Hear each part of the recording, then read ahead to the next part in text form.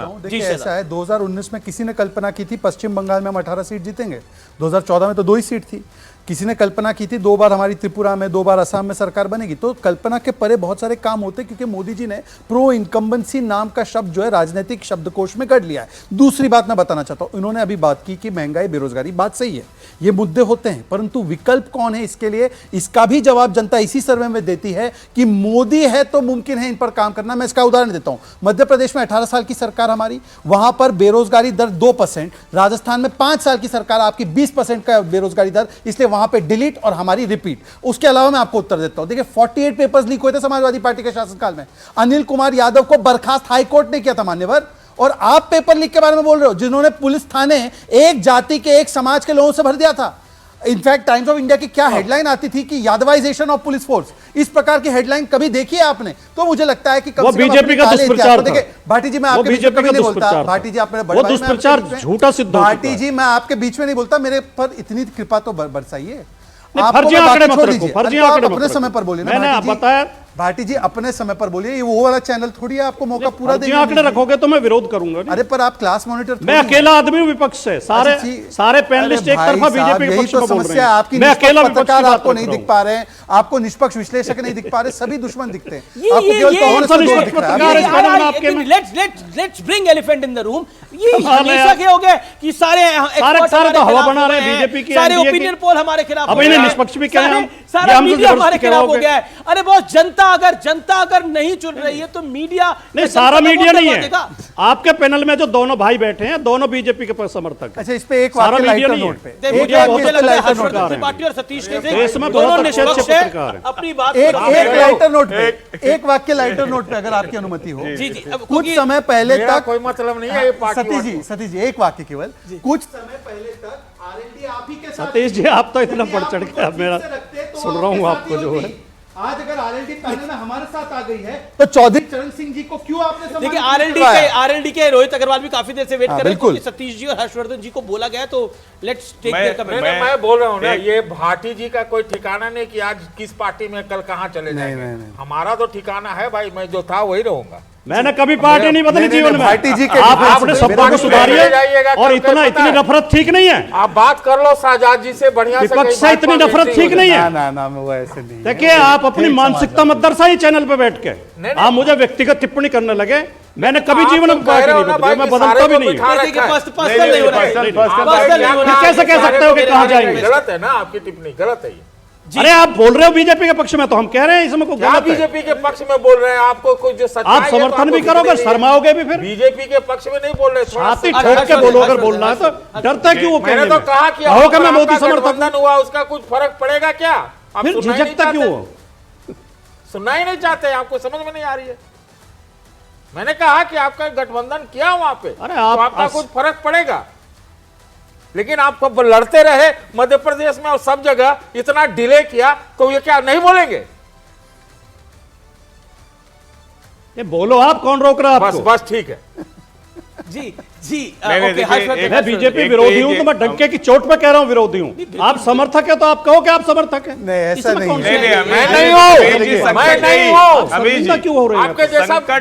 संकट यही है कि राजकुमार भाटी के मन की बात बोलिए तो आप पत्रकार होंगे। तो भैया भाटी जी, आप समाजवादी पार्टी में रहिए, हम आपका बड़ा सम्मान करते हैं, लेकिन हम उस भ्रम वाले पत्रकार नहीं है कि हम सरकार बनाते मैं भी आपका सम्मान देश की जनता तय करती है, और उसमें अगर आप किनारे हो गए तो हम आपका कुछ न कर पाएंगे। आप कुछ भी कर लीजिए, हम पत्रकार कुछ कर नहीं सकते हैं। और अगर पत्रकार या कोई ओपिनियन पोल किसी की सरकार बनाता, तो जिसकी भी सरकार बनती उसकी सरकार पलटती रही। आप भी पूर्ण बहुमत से आए थे उत्तर प्रदेश में, साफ हो गए।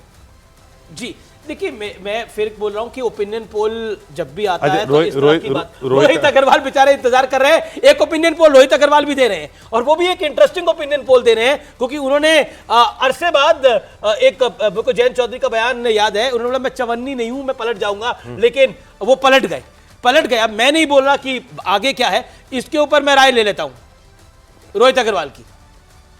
अमीश भाई देखिए, पहली चीज तो हम पलटे नहीं है। राष्ट्रीय लोकदल जहां था वही है। राष्ट्रीय लोकदल एक राजनीतिक दल है। पलटे तो है, बीजेपी के साथ आ गए हैं। नहीं, देखिए, पलटता इसको नहीं कहते, हमारा गठबंधन बदल गया। अगर समाजवादी पार्टी जनता के मुद्दों पे बात नहीं कर रही है, समाजवादी पार्टी का पता नहीं है कि वो इंडिया गठबंधन चलेगा भी कि नहीं चलेगा, उसको जनता के उसके पास कोई मुद्दे नहीं बचे हैं, उसके पास नेता नहीं बचे हैं, तो हम उनके साथ थोड़ी ना रहेंगे।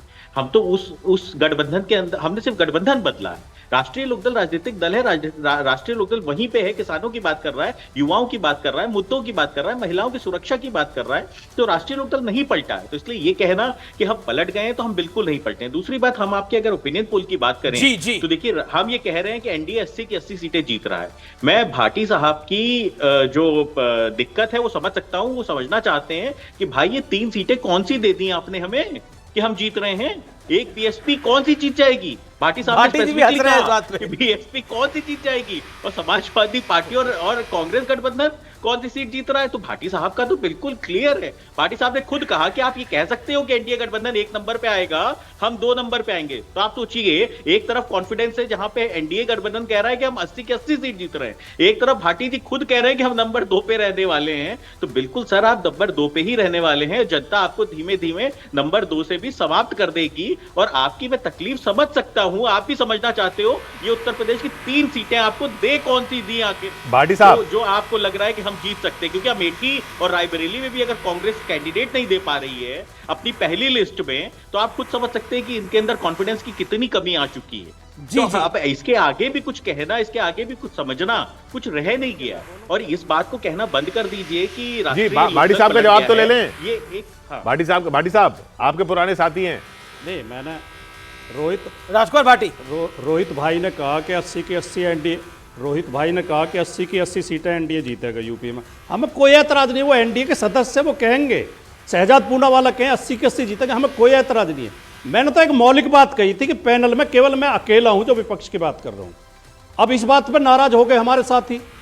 अब हर्षवर्धन जी बहुत प्रखर पत्रकार हैं, बहुत अच्छे पत्रकार हैं, मेरे मित्र हैं, बहुत स्वभाव बहुत अच्छा है उनका, लेकिन नाराज क्यों होते हैं आप?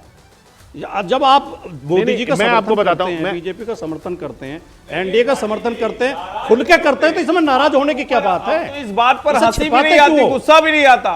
आपको जनता को साथ लेना है, हमसे न लड़ना है ना हमको साथ लेना है। हम आपके न भाटी साथ किसी के साथ। भाटी साहब कुछ देर पहले हम आपको कहां साथ ले रहे हैं? जो बताएंगे वो हम बोलेंगे।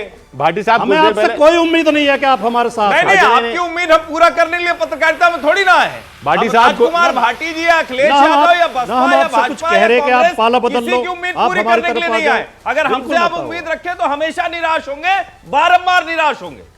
भाटी साहब कुछ देर पहले, ये हमें पता है अच्छी तरह। अजय 1 मिनट, भाटी साहब मेरी बात सुनिए।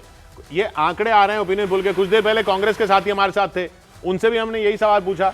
मैं किशोर बोल रहा हूं, उनसे भी यही सवाल पूछा कि साहब ऐसा था तो छत्तीसगढ़ में तो ओपिनियन पोल जितने भी आए वो कांग्रेस की सरकार बना रहे थे, तब क्या था? तब क्या पत्रकार उस तरफ हो रहे थे, या मीडिया ऐसा कर रहा था, या एजेंसियां वैसा कर रही थी? वो भी नहीं हुआ। जनता ने नहीं करना था, नहीं किया।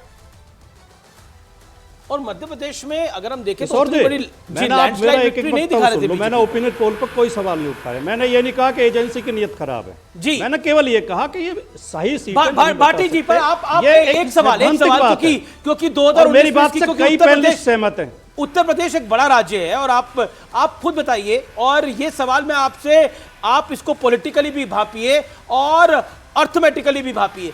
सपा बसपा का अलायंस था, आरएलडी का भी अलायंस था, उससे बड़ा अलायंस उत्तर प्रदेश में नहीं हो सकता।